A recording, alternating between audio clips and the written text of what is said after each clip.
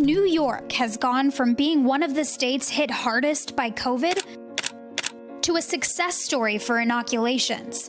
But if you zoom into New York City, you'll find communities that are falling behind, hidden by the overall numbers. Some zip codes have full vaccination rates under 30%, almost as low and sometimes even lower than Mississippi's rate, which is the least vaccinated state in the nation. That's surprising to you? Kind of, yeah, because I mean, we're in such a heavy populated state that you think that people would be more cautious and more caring for others, but it's kind of neglectful and it's kind of messed up a little bit. Low income, poverty, all that is down, so most likely this is probably how it is in a lot of places all over the United States. There are pockets with numbers like this in other major cities like Chicago and Phoenix, too. A study by the Kaiser Family Foundation that analyzed more than 2,400 counties across the United States found that areas with higher poverty rates and lower health insurance coverage often face lower vaccination rates. We wanted to learn why this was happening, so we headed to Far Rockaway, Queens, New York City's zip code with the lowest COVID-19 vaccination rate.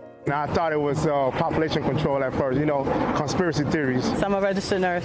I feel really leery about a vaccine that was put together in less than a year. And I've seen personally people have adverse reactions. I believe that the vaccination itself gives you the virus. I guess I'll give it about some more time and see how the results of other people come out. These are common fears we heard from people in Far Rockaway, a beachside community that's lost approximately 460 residents to COVID so far, or about 1 of every 146 people. To be clear, public health officials around the world say the vaccine is extremely safe and effective. 170 million people in the U.S. have gotten a shot, and side effects are limited. It's surprising that it's taking so much effort to get people in Far Rockaway vaccinated. There's a number of incentives that are being given to individuals to get them vaccinated. However, you have to be very, very careful on what the incentives are, because it can actually be counterproductive at some point. It actually makes me more skeptical because you're giving me incentives to go get vaccinated. I mean, I never got an incentive to get a flu shot. A lot of people in my community don't trust the government. As far as it goes, I think I'm gonna get it. I think I'm gonna just do it, get it over with. Might be best. What changed your mind? Family, friends, people.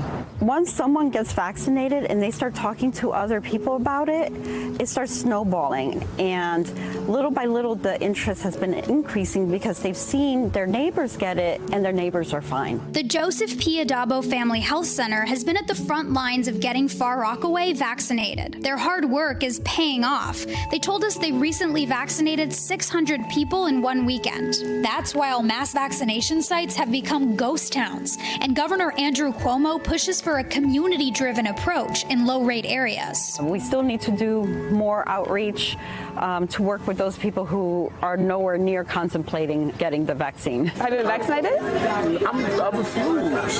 Why are you black telling me to get vaccinated? The health center also deploys an outreach group to meet their neighbors where they are, informing them about the vaccine and listening to their concerns. This is not, you know, we're tired of being beaten by the cop. We're tired of being subjects. So what I'm hearing you say is there are a lot of things that need to be addressed before we even get to this. Like, when you work in communities and populations that are underserved, this is a conversation in terms of resources that you're going to have every single day, because discrimination is a thing, and Far Rockaway is a huge immigrant population, and so there are barriers you have to address before you talk about the vaccination. Not every conversation ends in a vaccination sign-up, but the team hopes their commitment to the community makes an impact in the long run, even if it takes talking to one person at a time. He might not go out tomorrow and get the vaccination, but it gives him a little bit more knowledge and things for him to sit in and think about. We're not doing this for them, we're doing this with them. And so it's very important that we give them the space to, A, let us know what's going on, what they truly need, and also let them know that this vaccination is here, I've been vaccinated, I'm good. The whole team as women of color has been vaccinated, and it gives them a sense of comfort of knowing people who look like them, who can empathize with them, who've been in similar experiences, have taken this vaccination, has this trust, and it gives us a lot more leeway for them to want to get vaccinated. Hey, NBC News viewers, thanks for checking out our YouTube channel. Subscribe by clicking on that button down here, and click on any of the videos over here to watch the latest interviews, show highlights, and digital exclusives. Thanks for watching.